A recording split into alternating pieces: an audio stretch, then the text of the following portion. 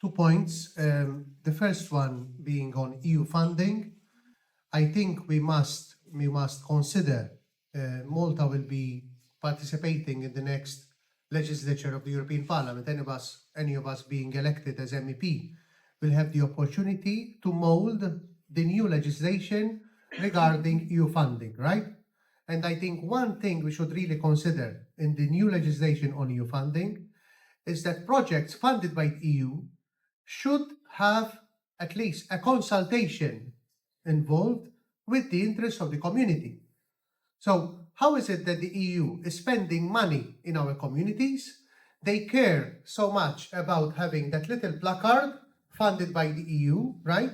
They care a lot for the funding to be spent according to EU rules for public procurement, but there's no check at all whether that project in question is according to the wishes of the community. Look at Mosta, okay? People have suffered so much, the business community, the people protesting, the trees being uprooted. You cannot have EU funding spent on projects like that, which are basically against the interests of the community. And Mars-Alfon is another case in point. A second thing we should be doing is that I agree with Arnold, we should dare to stop the funding. Let me tell you one example on where funding should have been stopped very early on, but it was not. In Gozo, they built hundreds and hundreds of meters of rubble walls 4 or 5 years ago. Now, rubble walls, why is the EU funding rubble walls? Why?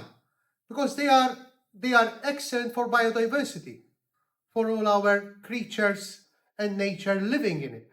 You know what they did in Gozo? They filled the rubble walls with concrete because it's easier to build them like that. And the EU has blocked funding for rubble walls for 3-4 years because of that.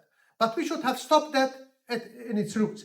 A second point in 47 seconds, we should focus on empowerment.